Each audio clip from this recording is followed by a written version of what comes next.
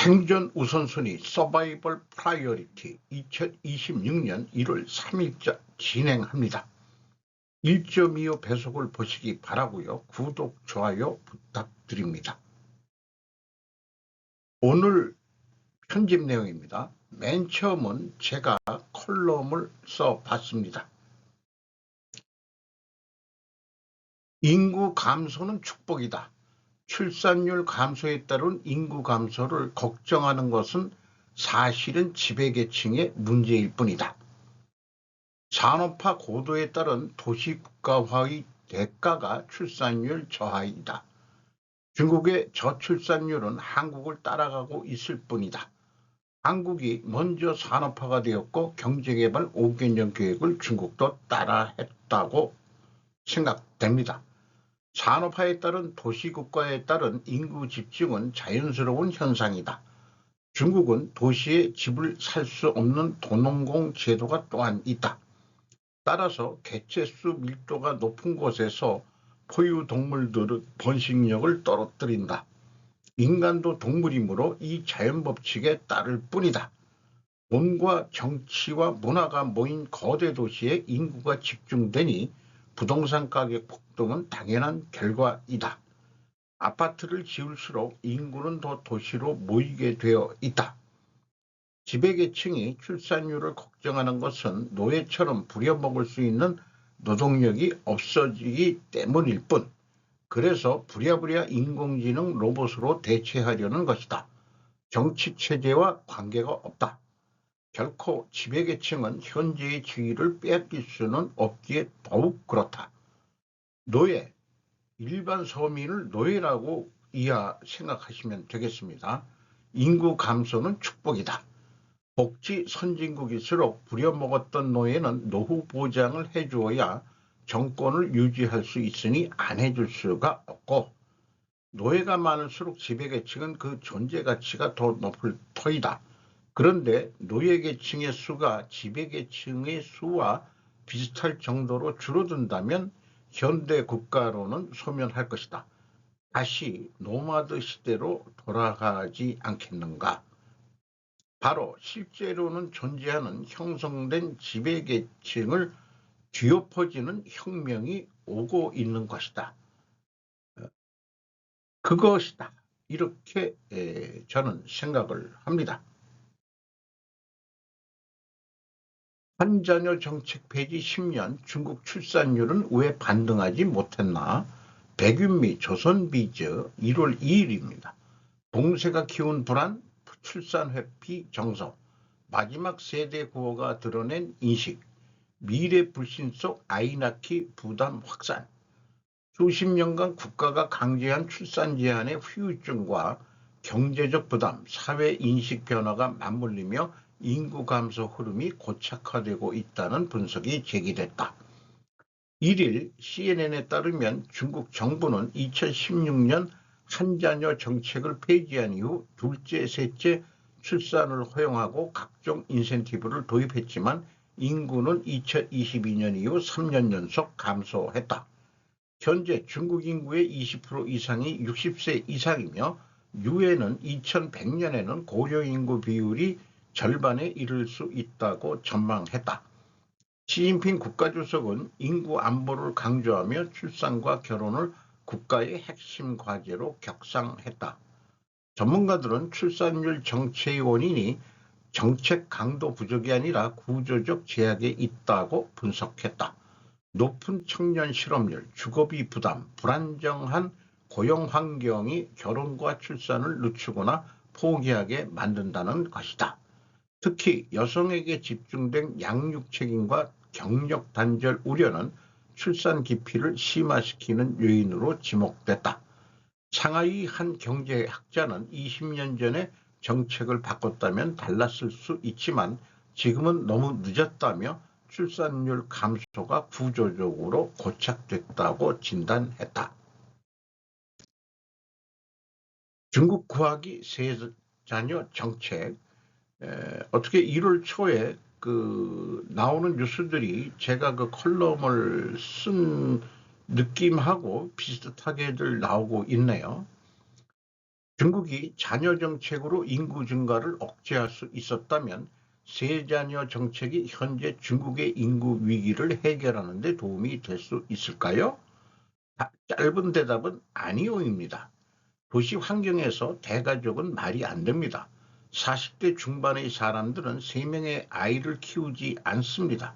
그리고 만약 모든 사람이 더 큰 가족을 위한 공간을 마련하기 위해 도시를 떠난다면 중국의 전체 경제 및 정치 통제 모델은 무너질 것입니다. 중국이 직면한 인구 감소를 되돌리기 위해서는 스타워즈와 같은 급속한 복제 상황을 극복해야 할 것입니다. 구체적으로 중국의 인구 문제에 대한 해결책은 어떻습니까? 3자녀 정책을 의무적으로 도입하기 시작하면 어떨까요? 짧은 버전은 영리하지만 그렇지 않습니다.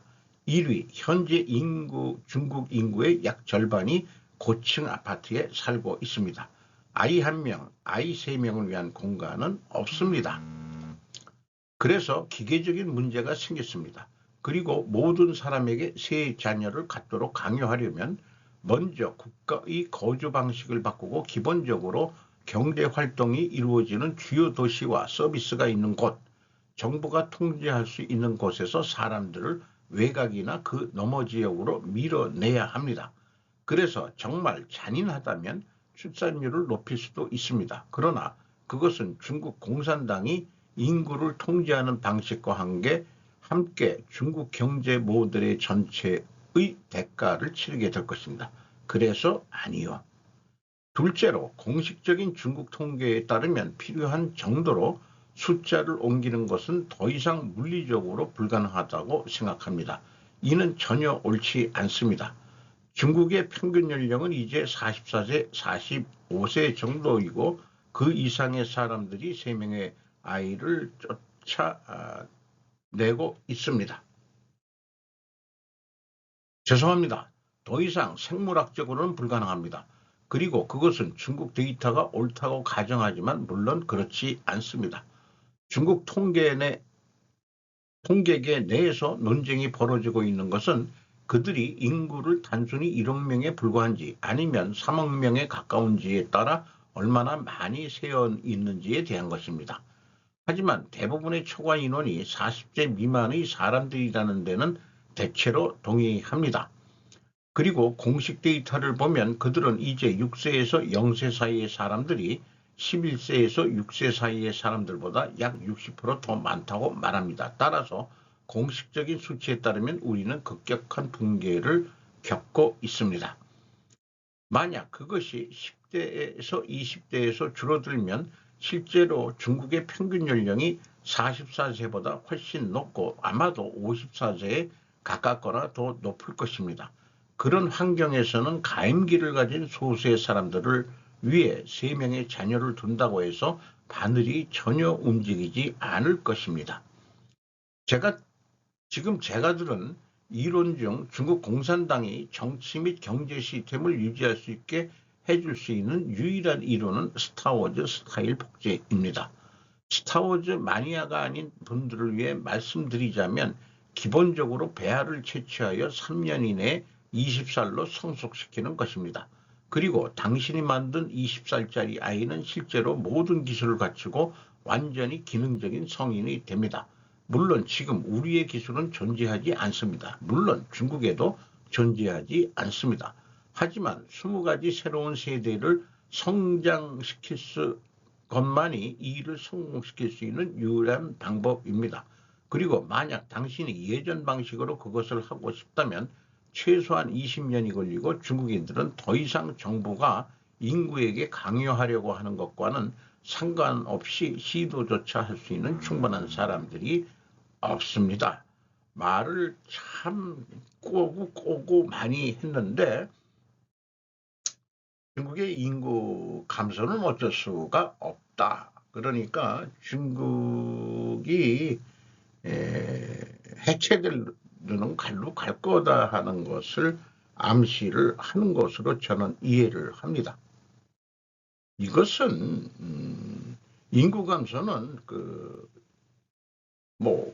중국만의 문제가 아니죠. 한국, 일본도 마찬가지이긴 합니다. 미중 갈등 속 한기업 일진출 가속, 대일 투자 법인 설립 사상 최대, 유진 위키리크스 한국에서 1월 2일입니다. 작년 1월에서 9월 일본 내 법인 설립 318건 연간 기준 최고치 경신, 대일 투자 13억 달러 넘어 전체 해외 투자 감소 속 일본만 증가, 화장품 외식 IT 중심 현지법인 확대, AI 반도체도 가세, 니케이 경제안보 고려한 전략적 시장 이동 분석, 한국수출입은행 해외 직접 투자 통계에 따르면 지난해 1월에서 9월 한국 기업과 개인이 일본에 신규 설립한 법인은 318건으로 연간 기준 역대 최대였던 2024년 316건을 이미 넘어섰다. 업종별로는 소매업이 23% 가장 많았고 제조업이 19%, 정보통신업이 15%가 뒤를 이었다. 양국 간 투자 흐름도 변화하고 있다. 일본 무역진흥기구 제트로 관계자는 니케이의 과거 일본에서 한국으로의 일방적 투자 구조에서 최근에는 쌍방향 흐름으로 바뀌고 있다고 말했다. 한국은행 통계에 따르면 2002년 한국의 대일 직접 투자는 일본의 대한국 투자 대비 2% 수준에 그쳤으나 2024년에는 26%까지 확대됐다. 니케이는 이러한 흐름의 배경으로 미중 갈등 심화에 따른 경제안보 요인을 지목했다. 중국 투자가 둔화되는 가운데 지리적으로 가깝고 정치적 리스크가 상대적으로 낮은 일본을 전략시장으로 삼으려는 움직임이 한일 양국에서 동시에 나타나고 있다는 분석이다. 다만 의사결정 과정과 업무 관행 차이 등 그런 것들이 남아있어 정부와 민간 차원의 지원이 요청된다고 덧붙였다. 한국의 치열한 생존 경쟁은 일본 내 한일 혼혈 인적 자본 증가로도 전환될 것이라고 저는 생각을 합니다. 그 일본 가서 취직을 해가지고 일본 여자하고 결혼해서 또 일본에도 이렇게 또 지금 투자를 해서 기업 법인들을 설립한다니까 지금 일각에서는 그 사대주의 친중으로 의견들이 많이 나오고 있습니다만은 벌써 많은 사람들은 탈중국을 하고 일본으로 투자를 하고 있는 것으로 그렇게 인식이 됩니다. 중국이 빠진 마이너스의 연쇄, 일본을 반면교사로 삼았는데 중국판 잃어버린 30년이 시작된 이유. 다카구치 코타 문예춘추 온라인입니다. 1월 2일. 중국 경제의 침체가 계속되고 있다. 신종 코로나 바이러스의 유행과 각지의 락다운, 부동산 시장의 침체, 소비의 성장의 감속, 장래에 대한 비관으로부터 투자가 감속, 디플레의 돌입, 2020년대에 중국은 트러블 계속되고 게다가 아직 바닥이 보이지 않는다. 이 터진 원인은 어디에 있는가? 급부라는 이례적인 경기 대책. 재정에서는 5년에 10조 위안 약 200조 엔의 차환채를 발행, 지방정부의 숨은 채무를 처리한다. 부동산 대책으로는 팔리지 않는 주택을 지방정부가 매입해 저소득자용 주택으로 전용한다. 또 기존 주택담보대출 금리를 인하하는 구제책도 있다. 소비에서는 자동차부터 스마트폰까지 폭높은 품목으로의 교체 보조금 지급이 실시됐고 대부 업체의 금리 인하까지 실시됐다. 급부라고 하는 이례적인 경기 대책도 나왔다. 장학금이나 고령자 지원, 자녀 수당 등 수급자를 한정한 방식이라고는 하지만 급부형 대책을 확대하고 있는 점은 주목된다. 하지만 그 성과는 신통치 않다. 부동산 시장은 여전히 하락하고 있다. 피크에서는 대도시에서 2 내지 30%, 지방도시에서는 그 이상의 하락으로 보여진다. 자산의 감소는 소비 마인드를 악화시켜 소비 행동에도 영향을 주고 있다. 그 대표 예가 평환, 싼 상품으로의 전환이다. 아침 커피를 미국 스타벅스에서 중국 브랜드로 바꾸겠다는 움직임이 확산되고 있다. 조금씩 몰리고 있다. 그 모습은 잃어버린 30년의 일본과 겹친다. 일본이 긴 디프레이션 트렌드에서 벗어난 타이밍이 뒤바뀌듯 중국이 디프레이션에 돌입하고 있다. 국가 공무원 시험 응시인은 300만 명 사상 처음, 청년 실업률은 전년부터 더욱 악화, 대학을 졸업해도 바람직한 일자리를 찾지 못해 음식 배달 등으로 연명하며 일자리를 찾는 사람도 많다. 혹은 민간 취업을 포기하고 공무원 시험에 희망을 거는 트렌드도 생겨났다. 한국을 뒤따라가고 있는 것 같은 내용이죠. 지난 20년 중국 경제의 황금기였다. 국민 생활도 넉넉해진 2010년대를 거치면서 갑자기 마이너스 스파이럴로 빠져들었다. 중국은 강한 회복력을 가진 것으로 보여져 왔다.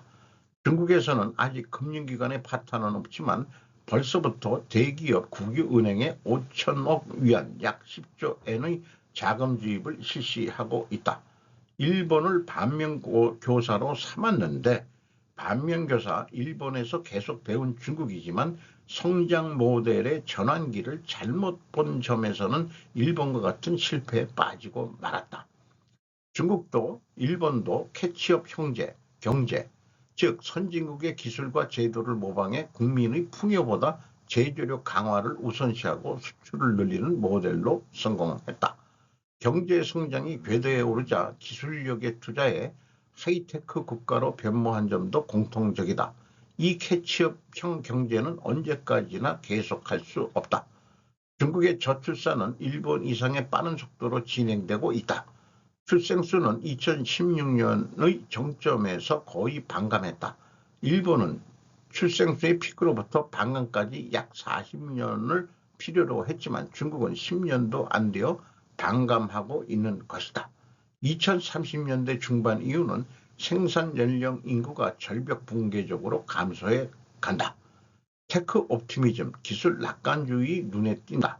확실히 EV, 전기 자동차, AI, 인공지능, 로봇, 바이오 등의 진보는 눈부시지만 인구 14억 명의 사회 과제를 기술로만 해결한다고 하는 발상은 야릇한 향기가 감돈다. 냄새만 피우다가 끝날 거란 얘기 같네요. 독자 다카이치 총리 오늘 밤에도 트럼프 대통령과 전화통화서 막판 조율 방미 논의 중국의 군사훈련 의견 교환 1월 2일 FNN 온라인 프라임 온라인입니다. 정부는 2일 밤에도 다카이치 산하의 수상과 미국의 트럼프 대통령의 전화회담을 실시하는 방향으로 최종 조정하고 있다. 복수의 정부 관계자가 밝혔다. 전화회담은 다카이치 수상으로부터의 부름으로 행해진다고 한다. 다카이치 수상은 금년 본경을 목표로 미국을 방문해 트럼프 대통령과 직접 회담하는 것을 검토하고 있어 이번 전화회담에서 방미를 향해서 쌍방의 인식을 조정하는 목적이 있다. 또 중국군이 지난해 말부터 대만 인근에서 군사훈련을 한 데 대해서도 의견을 나눌 것으로 보인다. 가오시 수상은 대만 유사를 둘러싼 국회 답변의 파문이 일으킨 작년 11월에 트럼프 대통령과 전화회담을 실시하고 있어 이번 실시되면 단기간에 개최가 되어 일미톱의 친밀한 관계성을 나라 안팎에 어필하는 것으로도 연결될 것 같다. 후지TV 정치부. 속보 이 대통령 저 역시 하나의 중국 원칙 존중. 김태준 조선일보 1월 2일 중 CCTV와 인터뷰 이번 방중으로 한중관계 더 깊어질 것 청와대에서 하는 첫 인터뷰 시진핑 정말 든든한 이웃 전화기 가지고 장난쳤는데 호쾌하게 받아줘 오는 5일 한중 정상회담 정부 하나의 중국 존중 강진왕 YTN 1월 2일 8시 50분입니다. 위성락 청와대 국가안보실장은 테이블에 오를 핵심 의제는 한반도 평화와 한한령 완화 등을 포함한 경제 문제 그리고 중국이 설치한 소외 구조물 등 양국 간 민감한 현안입니다. 특히 오는 4월 트럼프 미국 대통령의 중국 방문이 예상되는 상황에서 시진핑 주석을 통한 김정은 북한 국무위원장과 대화 모색에 관심이 쏠립니다. 한중 관계의 전면적인 복원이 한반도 문제 해결이 돌파구 마련에도 기여할 수 있도록 중국의 건설적인 역할을 당부하겠습니다. 청와대는 이 대통령의 중국 방문을 앞두고 진행된 한중 외교장관 통화에서 중국 측이 하나의 중국 원칙 준수를 요구한 데 대해 우리 정부는 이를 존중하는 입장이라고 밝혔습니다. 중국이 민감하게 반응하는 타이완 문제에 관련해 불필요한 마찰을 피하려는 의도로 보인답니다. 그래서 제가 또 칼럼을 써봤는데요. 하나의 중국 원칙 준수를 요구한다면 하나의 한국 원칙 준수를 요구해야 한다. 한중 외교를 위하여는 반드시 중국 입장을 고려해야 한다. 중국 입장을 고려하기 위하여는 반드시 하나의 중국 원칙을 존중해야 한다.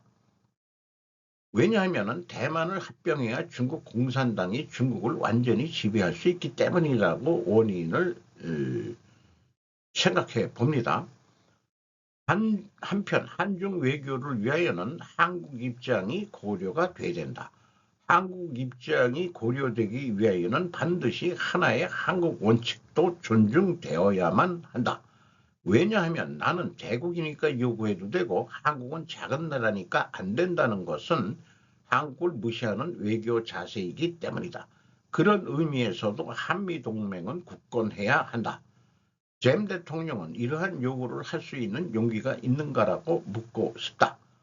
한국은 1945년 2차 대전 일본 패망과 동시에 해방되었으나 미국과 소련에 의해 38선으로 분단되었다. 특히 6.25 전쟁에 중공군이 참전하면서 휴전은 했지만 현재의 휴전선으로 분단된 상태이다. 중공은 1946년 건국되었으며 국공내전에 패한 국민당이 대만으로 피하였기에 분리된 상태인 것이다. 어떠한 형태가 되어야 바람직하겠는가? 한국의 입장에서는 자유민주주의 체제의 한반도 통일임은 자명한 사실이다. 중국은 한중관계를 정상화하겠다면 북한을 자신들의 완충지대 버퍼존으로 삼아서는 안 된다.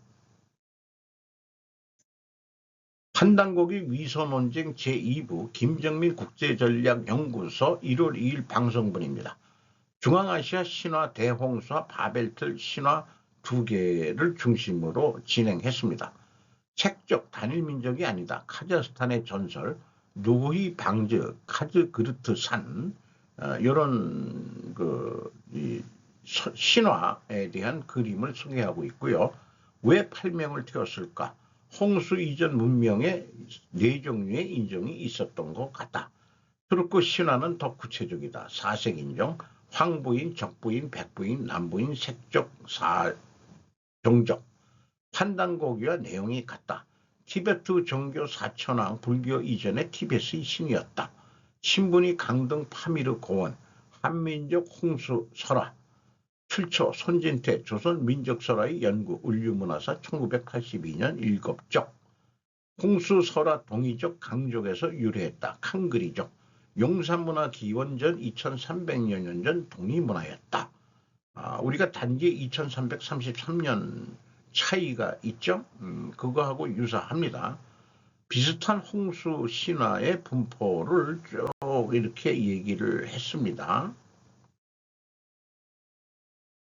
12황국이 없었다고 히스토리 내러티브라고 제가 이름을 붙여봤습니다. 확인도 해보지 않고 덮으러 하느냐. 초기스타의 거주지는 이렇게 산 위에서 사는 거로 되어 있습니다. 오구스 지역이라는 데는 좀 평야 약간 낮은 지역이라고 하네요.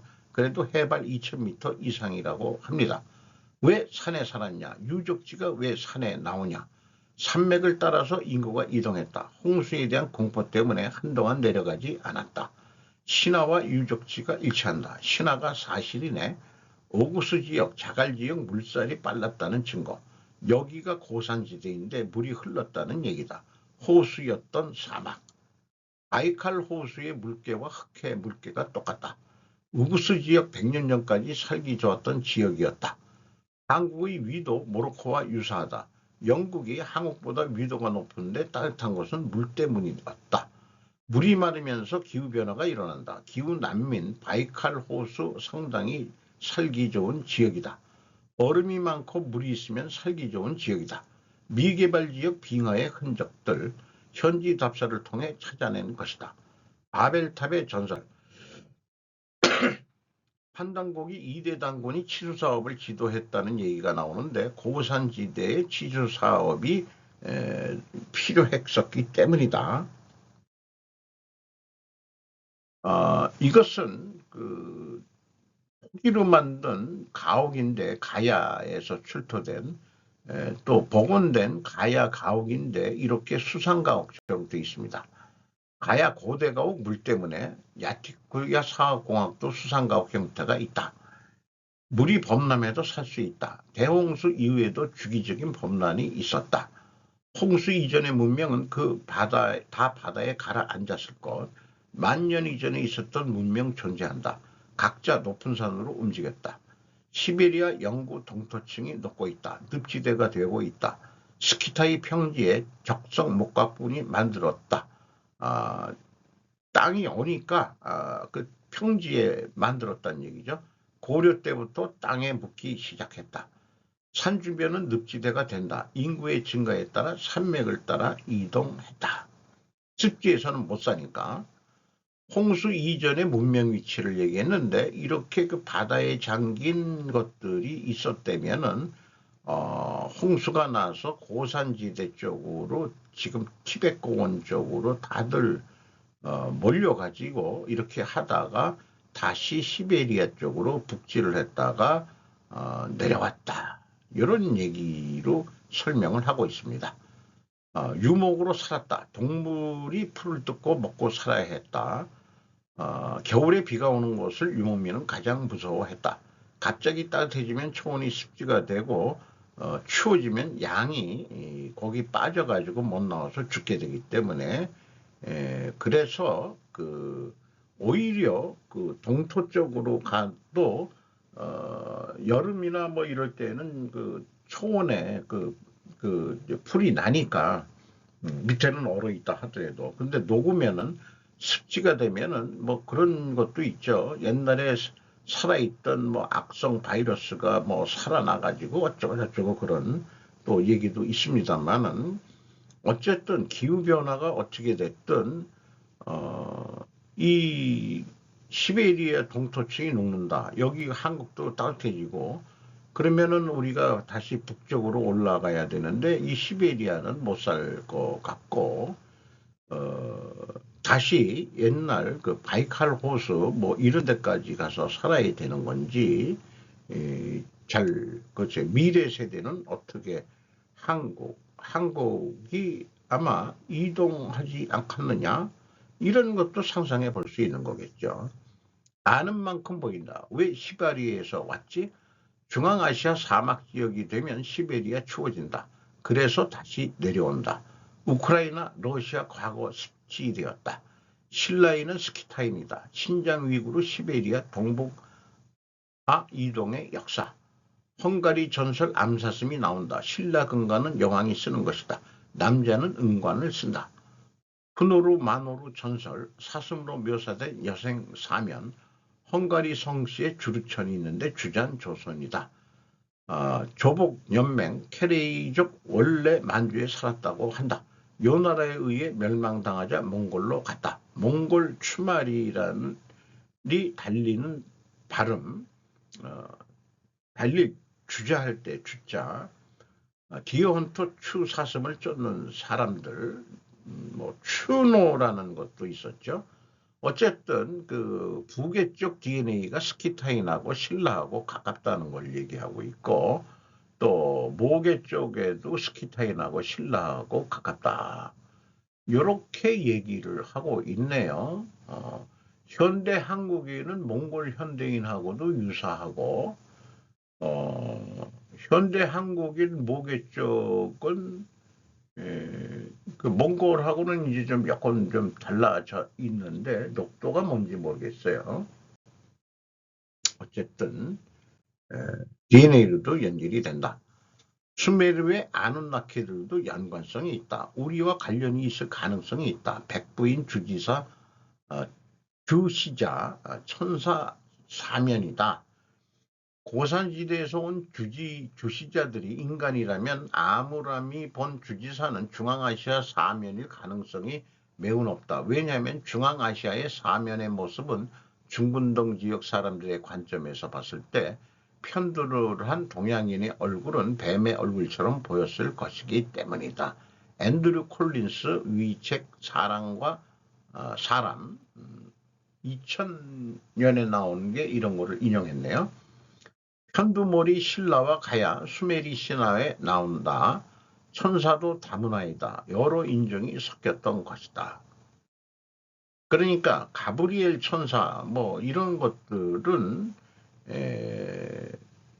그 서양인 입장에서 천사로 부른 것은 그 백부인 그 천사였을 것이다. 이런 얘기죠. 샤먼. 단일민족주의 근대국가로는 희석되어 가고 있으며 다민족화가 되어가 있는 추세로 생각하는데 옛날에도 그렇게 많이 섞여 살았다. 그런 얘기가 되네요.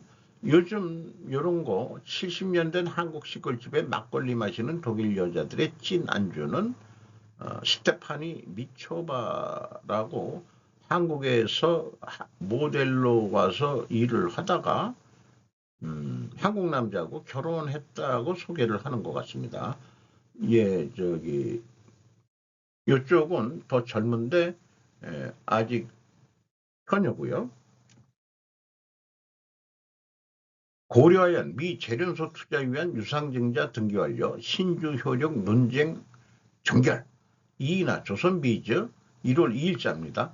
고려아연이 미국 테네시주 재련소 건설을 위해 진행하는 유상증자 등기가 법원에서 문제없이 이루어진 것으로 확인됐다. 최윤봉 고려아연 회장 측 우호지분으로 활용될 가능성이 높은 합작법인의 고려아연 지분 10%가 오늘 3월 열리는 고려아연 주총에서 위력을 발휘하게 됐다. 2일 법원 인터넷 등기소에 따르면 고려아연이 지난달 15일 이사회를 통해 결의한 유상증자가 지난달 29일자로 등기된 것으로 확인된다. 발행주식 총수는 2087만 2969주이며 금액은 1155억 1520만 원이다. 고려아연은 지난달 15일 임시이사회를 열고 미국 테네시주 클락스빌에 74억 3200만 달러 약 10조 9천억 원을 투자해 통합비철금속 재련소를 짓기로 결정했다. 미국 정부와 합작법인 크루서블 JV 조인트 벤처의 약자인 것 같습니다. 설립해 고려아연 지분 10%를 제3자 배정 유상증자를 통해 넘기기로 했다. 미국 전쟁부가 주주로 들어오는 것으로 되어 있죠. 통합재련소를 아예 미국에다 짓는 얘기다면 한국에서 그동안 개발된 그 종합재련 기술을 미국에다가 그대로 심어서 키운다. 이거 시토류 뭐 이런 것까지 생각을 한다면은 미래 한국의 생존을 위해서 상당히 필요한 작업이라고 생각을 합니다. 오늘도 좋은 하루가 되시기 바라고요. 이 템플릿 마지막 장에 다시 전에 소개했던 제가 착상한 칠각형의 나라, 칠각정을 만들자. 남산은 팔각정, 양반은 육각정뿐이 못 만들지만은 우리 국민들이 칠각정을 만들어서 살아보세. 마치도록 하겠습니다.